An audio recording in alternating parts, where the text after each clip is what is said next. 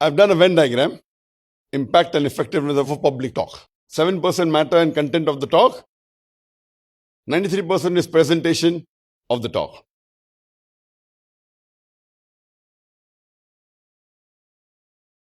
And many a time, people may agree, people may disagree.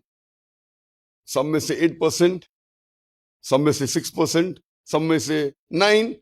If it differs by 1 or 2% here or there, don't argue.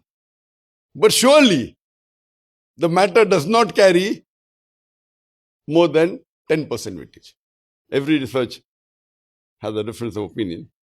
And just to give an example, according to you, which is the best matter available on the face of the earth today? Yes, Farik. Oh, the glorious Quran. Correct. The best available matter on the face of the earth is the glorious Quran. No Muslim will differ with that. The non-Muslim may differ. Every Muslim agrees that Quran is the best book available on the face of the earth. Why? Because it is the word of Allah subhanahu wa ta'ala. It's Kalamullah. Now, if suppose I pick up the best matter on the face of the earth, this is the Quran, and I read it, and I'm doing it. Say, call upon other gods whom we find with Allah. They have no power on the weight of Adam in heaven or the earth, and no soft share they have. There is no help of Allah. Did you get the message? Can anyone repeat what I said? No one. Why? It is Kalamullah. It is the translation. What I read is not Kalamullah. It is the translation of the Quran. Why? Because I was breaking almost all the rules of public speaking. Can anyone give the gist of what I spoke? No one. We don't understand English? With Ibrahim, what I spoke? I couldn't understand it. Can't It wasn't clear. Can you understand English? Can you understand English? Now you're understanding. When I read the translation of the Quran, I didn't understand why. Clarity. Clarity. I was breaking most of the rules of public speaking. Now if I have to read it, and I'm picking up any chapter, say, call upon other gods whom you fancy besides Allah. They have no power, nor the weight of an atom in the heavens or on the earth. No sort of share have they therein, nor in any of them a helper of Allah. Now, Brother Ibrahim, did you get the message? Yes or no? Yes. Now, the first time when I read the verse of the Quran, it was with breaking most of the rules of public speaking. And I did not pick up a passage. I just opened the Quran anywhere and read the translation. Though I don't have the habit of reading from the book actually. So the difference is in the technique, but natural. When I repeat in my lecture, that time the public speaking skills are better.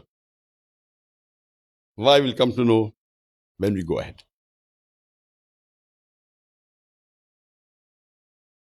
Point number 2 of the introduction, the Islamic perspective of a public talk. What I spoke earlier is just the impact and effectiveness of a public talk. Here, Islamic perspective of public talk, and it's very important.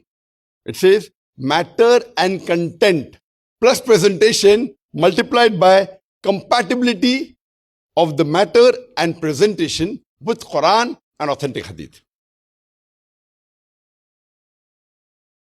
Besides the matter and the presentation skills, this is multiplied with the compatibility with Quran and authentic hadith. That is equal to effectiveness of an Islamic public talk. This is the second point. And this is very important. Why? For example, I will come and give a speech on the benefits of alcohol.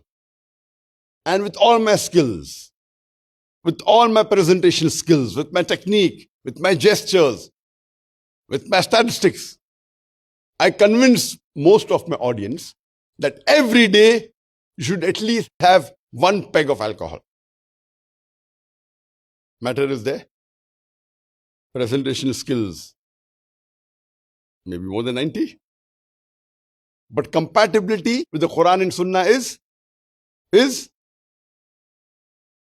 zero. So Islamic effectiveness, zero. Because of this, the matter carries weight in Islamic effectiveness of a public talk. Even your presentation skills should follow Quran and Sunnah. We'll come to it. Not only matter is important. Even your presentation skills should not break the rules and the teachings of Quran and Sahih Hadith. People normally think the matter should be Islamic khalas. Even the presentation skills should not break the rules of Quran and Sunnah. And by the time we touch on the various aspects of the presentation skills, you'll also realize how can the presentation skills many a time break the Quran and Sunnah, or many a time how can it confirm or strengthen the Quran and Sunnah. So it's not only with matter, even the presentation skills should confirm and adhere to the Quran and Sunnah. So if you attend a normal public speaking course or any course in which you get knowledge, whether it be medicine, whether it be engineering, anything, if that expert, Quran says in Surah Nahl, chapter 16, verse 43, and Surah Anbiya, chapter number 21, verse number 7, فَاسْأَلُوا أَهْلِ الذِّكْرِ إِن كُنتُمْ لَا تَعْلَمُونَ. If you don't know, ask the person who's an expert.